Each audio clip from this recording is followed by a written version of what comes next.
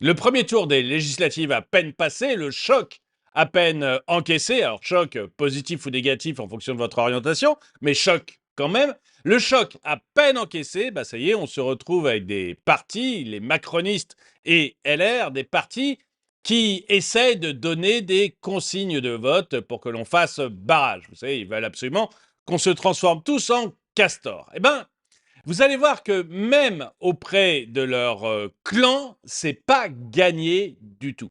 Vous avez des appareils, le parti d'Emmanuel Macron, les LR, qui donnent une consigne relativement claire. Mais vous allez voir que, d'après ces appareils, même les grands chefs de l'appareil, même ceux qui sont très haut placés au sein de l'appareil, eh ben, ne suivent pas forcément les consignes de vote qui leur ont été données et commencent à se rebeller. Ils n'ont pas envie de se transformer en castor, ils n'ont pas envie de choisir entre RN et LFI.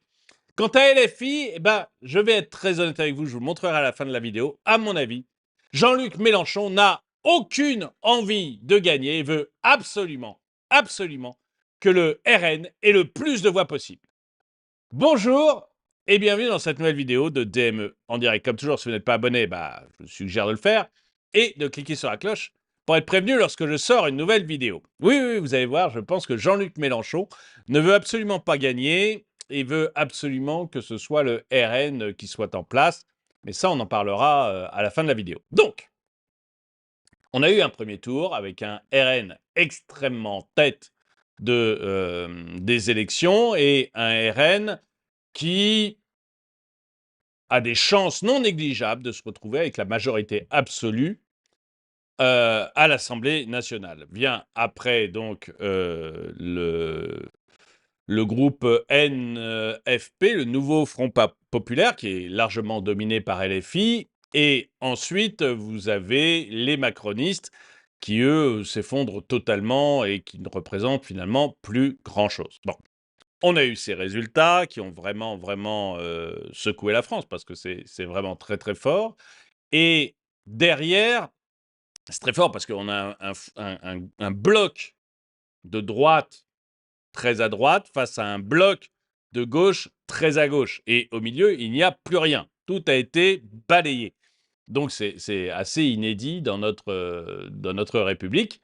C'est assez fort et assez intéressant à voir. Au moins, le peuple va devoir se prononcer de manière extrêmement claire sur ce qu'il souhaite. Bon, donc, à peine on avait ça, on avait tous les micros de la Terre qui attendaient une parole du grand chef Emmanuel Macron, savoir comment allaient réagir les macronistes devant cette fessée déculottée et comment, à mon avis, ça doit piquer un peu en ce moment sur les petites fesses d'Emmanuel Macron parce que ça a été quand même très très dur pour lui. Et on voulait voir donc comment il allait réagir. Bon, bah, Emmanuel Macron a fait du Macron.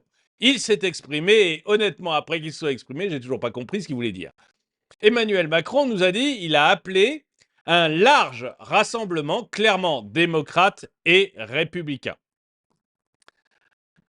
Alors quand je dis je ne sais pas ce que ça veut dire, soyons clairs, est-ce que LFI est démocrate et républicain? Le PS, ok, il l'est, il n'y a pas de doute là-dessus.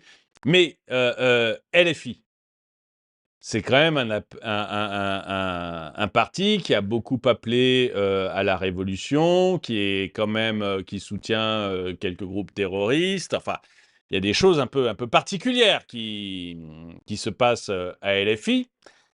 Est-ce que vous voyez, si Emmanuel Macron avait dit j'appelle à un rassemblement contre les RN, ça aurait été clair.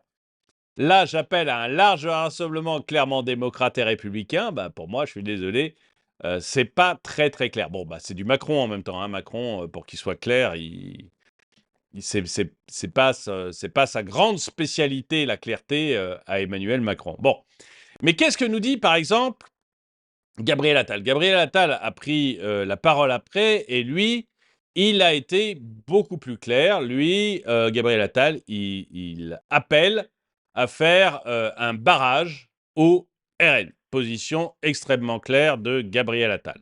On va l'écouter un petit peu. Connaissez, je n'irai pas par quatre chemins. C'est l'anti-Macron presque. La leçon de ce soir, c'est que l'extrême droite est aux portes du pouvoir. Jamais dans notre démocratie, l'Assemblée nationale n'a risqué, comme ce soir, d'être dominée par l'extrême droite. Et donc, notre objectif est clair.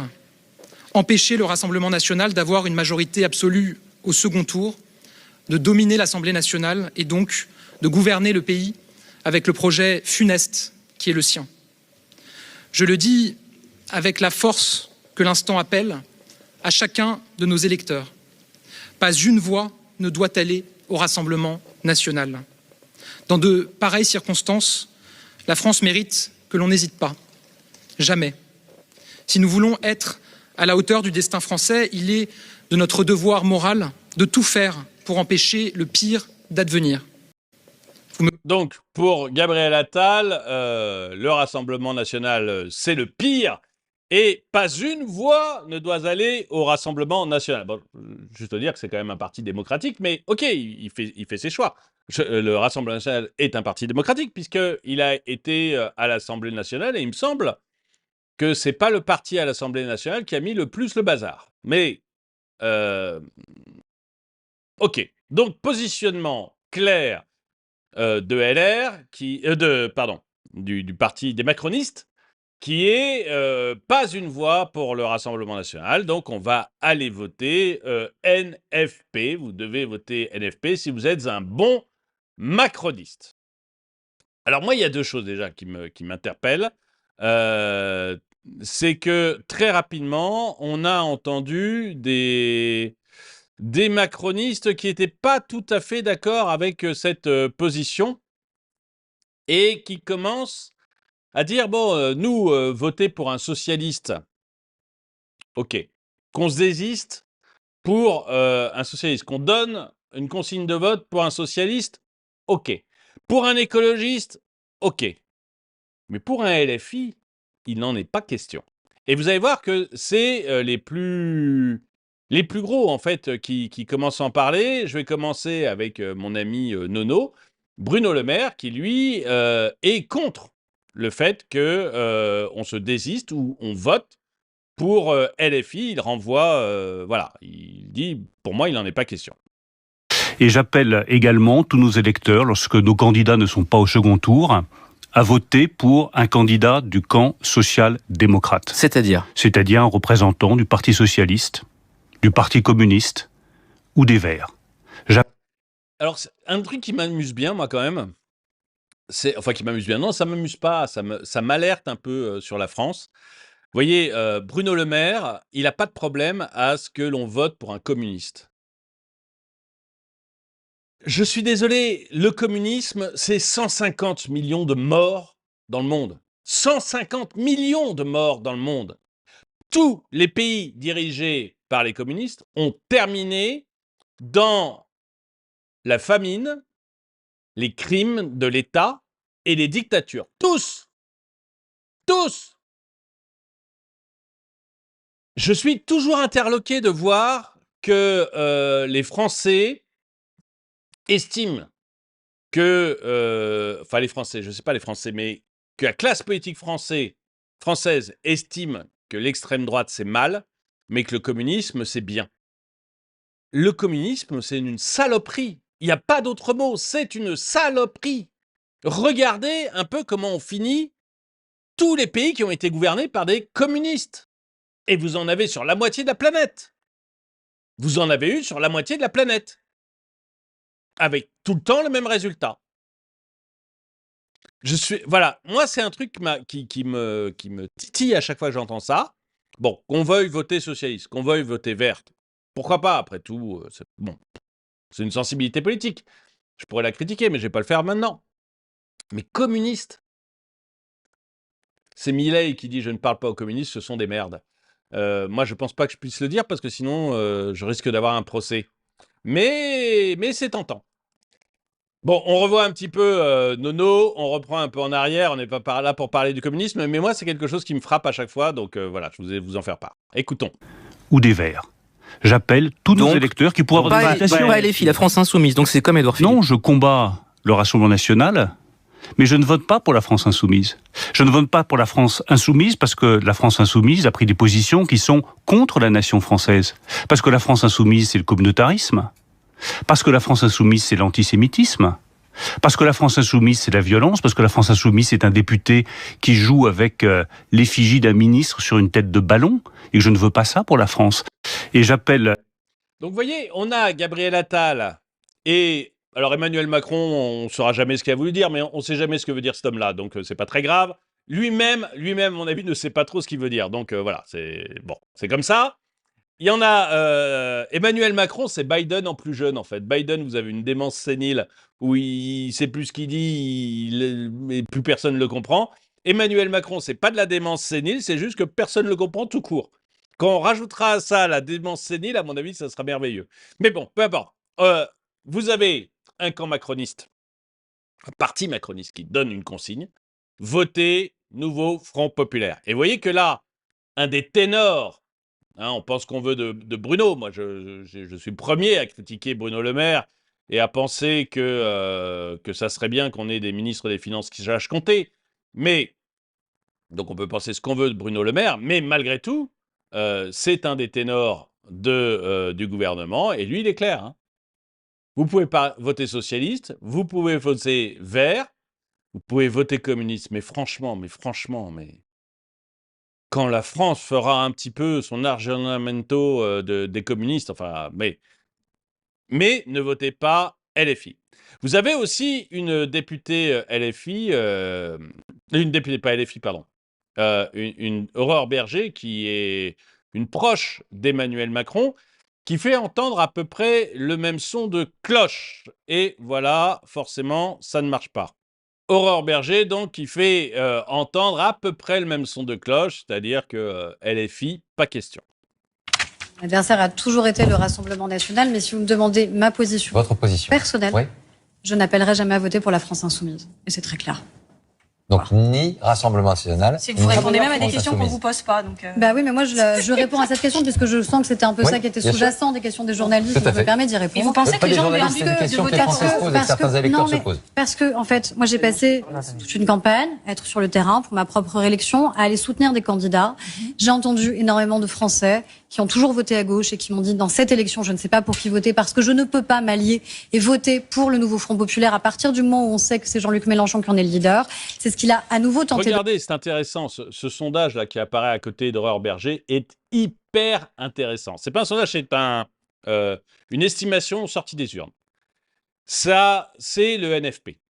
Le NFP, eh ben, c'est très majoritairement, vous voyez les résultats, c'est 6 à 12 sièges pour les communistes, c'est 28 à 38 sièges pour les Verts, c'est 33 à 43 sièges pour le PS et c'est 58 à 72 sièges pour LFI. Donc, c'est clairement LFI qui aura le plus de sièges et c'est clairement LFI, si jamais ils arrivent à faire encore mieux que ça, évidemment, si Emmanuel Macron doit choisir quelqu'un parmi le nouveau Front Populaire, c'est clairement celui qui a le plus de sièges, donc Jean-Luc Mélenchon. Quoi qu'en disent les députés, je sais, les socialistes, les Verts, les communistes disent le contraire, mais avant, je vous rappelle que juste avant les législatives, ils disaient aussi on ne s'alliera plus jamais avec LFI. Hein. Donc, et puis est arrivé les législatives et en 24 heures, ils se sont alliés avec LFI. Ils disaient plus jamais la NUPES, etc. Alors, ils ne l'ont pas appelé NUPES, mais c'est NUPES 2, hein, faut être clair. Et du coup, celui qui sera appelé, c'est clairement Jean-Luc Mélenchon de LFI, puisque c'est lui qui, d'après les estimations de second tour, sera majoritaire au sein du groupe Nouveau Front Populaire.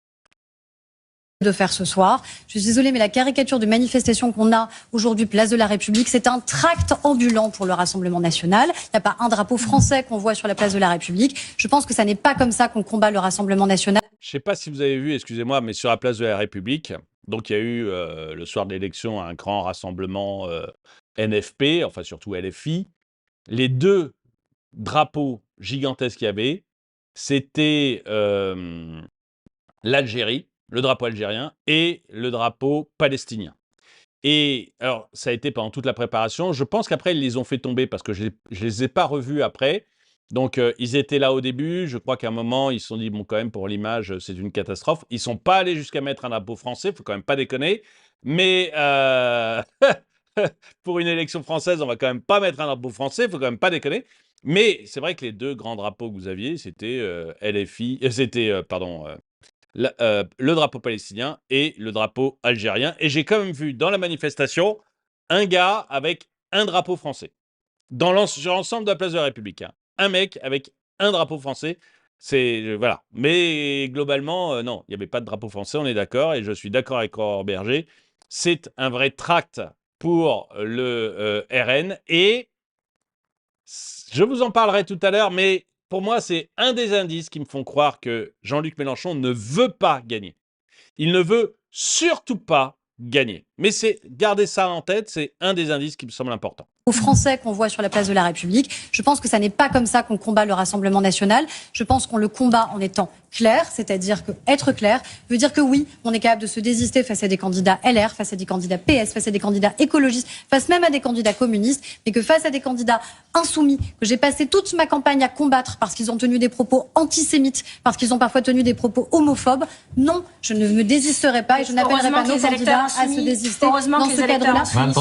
Parce que je finis, parce que l'antisémitisme insoumis sont moins sectaires que vous, parce qu'ils ont toujours voté pour vous quand ils le Marine Tondelier, en fait, c'est pas une question de sectarisme quand on parle d'antisémitisme. Ça aurait dû être, je suis désolée, mais un point cardinal de votre alliance programmatique. Ça n'a pas été. Les écologistes ont eu peur de perdre les sièges et c'est pour ça que vous êtes là. Donc on voit, voilà, vous avez donc Bruno Le Maire qui dit ça, vous avez Aurore Berger qui a été quand même qui a été une des voix importantes lors du premier quinquennat Macron, qui maintenant a été un peu mise de côté, mais enfin qui reste députée. Je ne sais pas comment ça s'est passé. Vous avez François Bayrou, autre macroniste, qui lui, alors lui, Bayrou, c'est merveilleux parce qu'il fait partie des gens où vous ne comprenez pas ce qu'il raconte, mais le moins qu'on puisse dire, c'est que il est tendancieux et il semble pas prêt à voter LFI. Je vous montre Bayrou, c'est Macron vieux. Voilà, c'est un peu ça. Bon, même chose à la fin du discours, vous me direz si vous avez compris qu'il appelle à voter LFI en cas de combat contre le RN ou pas. Moi, je trouve que c'est exactement le genre de politique qu'on ne veut plus voir, c'est-à-dire des gens qui sont infoutus de s'engager, infoutus de dire les choses clairement. Mais vous allez voir que quand même, tout son discours est un réquisitoire contre LFI. Donc voilà, c'est quand même un réquisitoire contre LFI, donc ça devrait vouloir dire qu'il ne veut pas voter LFI. Juste une chose, dans cette vidéo, je passe des extraits de LCI, d'autres chaînes. Il est possible que la vidéo saute. Dans ce cas, je serai obligé de couper les extraits. Vous m'en voudrez pas, mais juste sachez que si par exemple c'est cet extrait de LCI que je dois couper, ça c'est juste François Bayrou qui nous parle de LFI et qui dit grosso modo que LFI a transformé l'Assemblée en champ de bataille dans lequel on pouvait proférer des injures, adopter n'importe quelle attitude. On a vécu pendant 2 ans, en raison de la situation particulière à l'Assemblée nationale, alors situation qui est créée d'abord par le fait qu'il n'y avait pas de majorité à l'Assemblée, que les textes les plus difficiles ne pouvaient passer qu'avec le 49.3, et vous savez que le 49.3 était très impopulaire chez les Français, qui trouvaient que c'était un abus de pouvoir. C'était en réalité le seul moyen de faire passer des textes. Et puis aussi par le fait qu'une partie de l'Assemblée, LFI pour la désigner clairement, avait transformé l'Assemblée nationale en champ de bataille dans lequel on pouvait proférer n'importe quelle injure, adopter n'importe quelle attitude, faire n'importe quel geste qui apparaissait une provocation ou choquant à l'égard des règles de l'Assemblée nationale, et ça devenait absolument ingérable. Donc voilà, donc après, est-ce qu'il va voter ou non pour LFI? Ça semble difficile, voilà, ça semble difficile. Mais je dirais que de toute manière, donc ça, c'est le parti macroniste. Vous voyez qu'il y a un grand chef dont on ne sait pas ce qu'il a raconté, on a un petit chef, Gabriel Attal, un petit chef par rapport au grand chef, hein, Gabriel Attal, qui lui est très clair en disant pas une voix au RN, vous devez faire barrage. Allez-y, mesdames et messieurs, foncez, votez pour LFI ou pour le NFP. Voter pour le NFP, c'est voter LFI. Hein. Faut arrêter de se raconter des histoires. Voter LFP, c'est voter LFI, parce que c'est LFI qui, à la fin du truc, gouvernera complètement ce groupe. Donc il faut arrêter de se raconter des histoires. On peut le faire, mais il faut arrêter de se raconter des histoires. Donc, Attal dit grosso modo, vous pouvez y aller, voter LFI, et puis vous avez quand même des éléphants du parti, des gens importants dans le parti, qui disent, bah non, attendez, moi je veux bien voter socialiste, je veux bien voter vert, je veux bien voter communiste même, mais je veux pas voter LFI. Et ce que je me demandais, c'est est-ce que ça va être suivi des faits? C'est-à-dire, est-ce que les Français, les Français macronistes vont suivre ces consignes? Bon, là, on a un gars qui est le petit caporal. Je ne sais pas du tout si le petit caporal est réellement macroniste comme il le dit. Je ne sais pas du tout si c'est un fake. J'en ai aucune idée. Voilà. Je n'ai pas les moyens de vérifier. Donc, s'il y a un d'entre vous le connaît, qu'il n'hésite pas à me le dire. Mais on voit, lui, il nous dit, en tant qu'électeur macroniste, je me fais traiter de facho et de demi-nazi depuis 2017. Ce qui est vrai.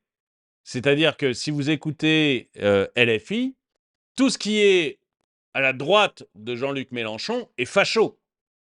Ils avaient même accusé Fabien Roussel, le communiste, d'être un facho.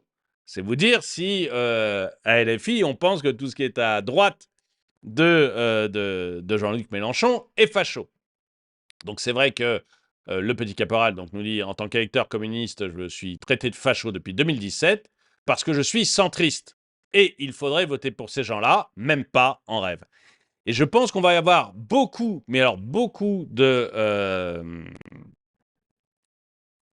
d'électeurs qui ont voté pour Emmanuel Macron, qui vont, enfin pour le camp d'Emmanuel Macron, qui au deuxième tour vont vraiment se poser la question, est-ce qu'il faut que j'aille vers le nouveau Front populaire ou est-ce que il faut que voilà que j'aille pas vers ces gens et que je reste uniquement du côté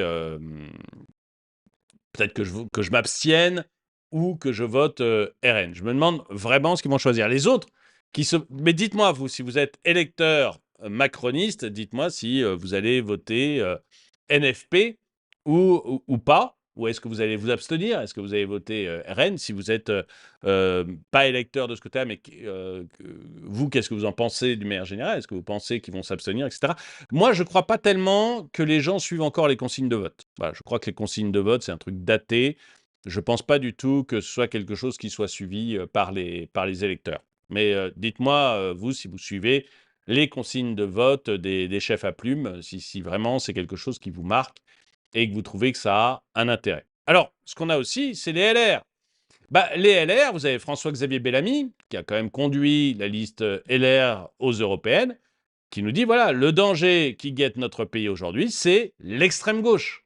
Donc François-Xavier Bellamy, lui, de son côté, est assez clair en disant, bah moi, je suis désolé, je voterai certainement pas du côté certainement pas du côté de LFI. D'ailleurs, il le dit, là, il y a eu pas un clash, mais une discussion assez nette avec Olivier Faure. Pardonnez-moi, vous êtes scandalisé? Que reste-t-il de Républicains? Parce que, en Monsieur Faure, je n'arrive pas à comprendre votre position. Vous-même, vous avez dit, d'ailleurs, très clairement que vous voteriez au deuxième tour pour le Rassemblement national. Non. J'ai dit que le danger qui guette notre pays aujourd'hui, c'est l'extrême gauche avec laquelle vous avez fait alliance, Monsieur Faure. Et quand j'entends Raphaël Glucksmann, qui a mené toute sa campagne pour l'élection européenne, je vous ai écouté parler, Monsieur Faure. Bon, après, ils font les politiques, c'est-à-dire qu'on parle pour empêcher l'autre de parler. Donc, ça aussi, c'est la politique qu'on veut plus voir, les gens qui se coupent la parole uniquement pour que l'autre puisse pas parler et qui continuent leur discours comme s'ils n'entendaient pas l'autre personne. Enfin bon, bref. Bellamy, lui, il dit clairement, le danger, c'est l'extrême gauche. C'est ce qu'on voit chez Bruno Le Maire, c'est ce qu'on voit chez Bayrou, c'est ce qu'on voit chez Copé. Enfin, Copé, il est de ce côté-là, c'est ce qu'on voit chez Aurore Berger, etc. Vous avez aussi Édouard Philippe. Alors, Édouard Philippe, c'est un macroniste, j'aurais dû le mettre chez les macronistes, mais Édouard Philippe, il dit « Aucune voix ne doit se porter sur un candidat Rassemblement national, ni sur ceux de la France insoumise. » Donc, Édouard Philippe, lui est très clair aussi sur le fait, je peux peut-être voter socialiste, je peux peut-être voter vert, mais je ne voterai pas France insoumise. Très bien. Encore une fois, hein, aujourd'hui, vous votez NFP, vous votez France insoumise. Il n'y a pas tellement de doute là-dessus. Je pense que vous n'avez qu'à vous dire dans votre tête, si demain NFP est majoritaire à l'Assemblée, qui devient Premier ministre. Mais vous le dire honnêtement, pas comme ça, un peu faussement. Non, on trouvera un accord avec Glucksmann. Là, il faut... Dites-vous-le vraiment honnêtement, du fond de votre cœur. Et vous savez très bien que si NFP est majoritaire, ça sera Jean-Luc Mélenchon au pouvoir. Mais donc là, vous avez Édouard Philippe qui vous dit, voilà, ni NFP, ni RN. Là, c'est ce qu'on avait vu. Là, vous avez Copé, même chose, qui va dire à peu près la même chose. C'est-à-dire que Copé, lui, sa position, c'est ni LFI, ni RN. Il ne veut pas entendre parler de LFI. Bon, ceci dit, Copé, on est bien d'accord, il y a maintenant assez peu de gens qui l'écoutent. Mais bon, c'est quand même encore un des éléphants du PS, donc on peut lui regarder un peu sa parole. Alors, je vous ai dit, donc, première question que je voulais vous poser, mais je vous l'ai posée donc déjà, c'est est-ce que vous êtes influencé par les chefs à plumes, par ce qu'ils nous racontent, par le fait qu'ils vous disent de voter telle ou telle personne? Est-ce que vous, ça influence votre vote? Ou est-ce que vous n'en avez rien à faire? C'est mon cas, je m'en moque totalement. Est-ce que vous pensez que les électeurs sont sensibles à ce que disent ces grands chefs? Ou est-ce que vous pensez qu'ils n'en ont rien à faire non plus et que c'est de la gesticulation politique? Donc ça, c'était ma première question. Mais je vous dis, je pense, moi, que Jean-Luc Mélenchon ne veut pas, de toute façon, du pouvoir. Et qu'il va tout faire pendant une semaine pour que le pouvoir aille au RN. Vous savez que je vous en avais parlé, déjà, j'ai fait une vidéo déjà à ce sujet, où on en a parlé dans un direct, je ne me rappelle plus, mais le fait pour Jean-Luc Mélenchon de se mettre à ce point sur le devant de la scène, comme il le fait depuis 15 jours, à peu près le moment où il avait dit « je ne serai plus sur le devant de la scène » depuis, il n'a pas arrêté de l'être. Eh bien, le fait qu'il le fasse à ce point, j'avais évoqué, mais ce gars-là, en fait, est plutôt un repoussoir. Vous avez pu le voir avec Édouard Philippe, vous avez pu le voir avec des gens de droite et de gauche, là, des chefs à plumes de droite et de gauche. Ce gars-là est un repoussoir. S'il se met à ce point-là en avant, est-ce que c'est pas pour repousser l'électorat et en fait pouvoir laisser la place au RN, avec une idée qui est très simple, qui est le RN va arriver avec des caisses vides, avec un budget infaisable, complètement infaisable, ça va être une catastrophe, parce que vous avez la Cour des comptes, parce que vous avez le COR, le Conseil d'orientation des retraites, la Cour des comptes, la Banque centrale européenne, la Commission européenne, le FMI, qui commence à dire, la France, il faut vous calmer rapidement, sinon vous allez à l'abattoir. Ils nous disent tous ça. Donc, le budget va être extrêmement compliqué à gérer. Et je pense que Jean-Luc Mélenchon se dit, écoute, le RN prend le pouvoir, il se retrouve avec un budget ingérable, donc ils vont être obligés de prendre des mesures hyper impopulaires, ça va les détruire. En plus, moi, j'allume le feu à 2-3 endroits dans les banlieues, comme je sais bien le faire, et à ce moment-là, ça devient le chaos, et l'électorat n'a même pas la sécurité qu'il voulait avoir. Ça dure 2 ans, 2 ans et demi, et puis dans 2 ans, 2 ans et demi, ça sera qui, en fait, le candidat sérieux pour être président? Ça sera moi, Jean-Luc Mélenchon. La Macronie est foutue, les LR, ils ne ressemblent plus à rien. Le RN se sera fait massacrer pendant 2 ans et demi, il n'y aura plus que moi. Et donc, je pourrai prendre le pouvoir grâce à ça. Je pense que c'est Alors, c'est un peu complotiste, hein, mais je pense que c'est tout à fait le genre de calcul politique qu'il peut faire et le genre de calcul politique intelligent. Alors, vous savez que parmi les... Je vous ai dit, regardez bien. Donc ça, c'était les premiers indices, c'était le fait qu'il parlait toujours de lui en tant que président, alors qu'il sait, en tant que Premier ministre, alors qu'il sait qu'il est un repoussoir pour les gens de gauche. Même de gauche, enfin, sauf l'extrême gauche, mais tous les autres, il est un repoussoir. Bon. Deuxième indice, c'était cette place de la République hier soir, avec un drapeau palestinien, un drapeau algérien et pas de drapeau français, sauf le pauvre petit bonhomme qu'on voit à un endroit avec son drapeau français. Troisième indice, c'est l'intervention de Jean-Luc Mélenchon hier soir à la télé. Comment passer pour des républicains, faire échouer le barrage? Appel au désistement, mais avec Rima Hassan. Pas con. Mais passe-lui un kéfier pour être sûr. Alors, Rima Hassan, que vous voyez là, c'est quelqu'un qui a insulté énormément les Juifs, qui a insulté énormément Israël, qui n'est même pas candidate. Elle était... Et alors, elle n'est pas proche de Mélenchon, elle était 6e sur les listes législatives, pas législatives, les listes aux européennes, elle était 6e, donc elle était assez loin. Là, elle est juste à gauche du grand chef. Et le gars à droite, c'est le patron du parti. Donc, elle est vraiment à la place d'honneur. Et elle a insulté les Israéliens de manière très forte. Elle a propagé des fake news du genre dans les prisons israéliennes, on envoie des chiens ou des porcs, je crois, pour V. J'ai pas le droit de dire le mot sur YouTube, mais V les prisonniers, ce qui est une fake news absolue. Bref, elle a une image extrêmement antisémite. Peut-être pas vrai, peut-être qu'elle est charmante, je ne le connais pas.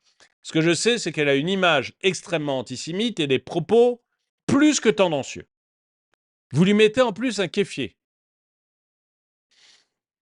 Vous dites à tous ceux qui connaissent un petit peu Israël ou qui connaissent un petit peu les Juifs, ne votez pas Nouveau Front Populaire. Le message est extrêmement simple. Et je pense qu'effectivement, que si vous regardez quelques réactions de gens de gauche, vous allez voir que c'est très clair.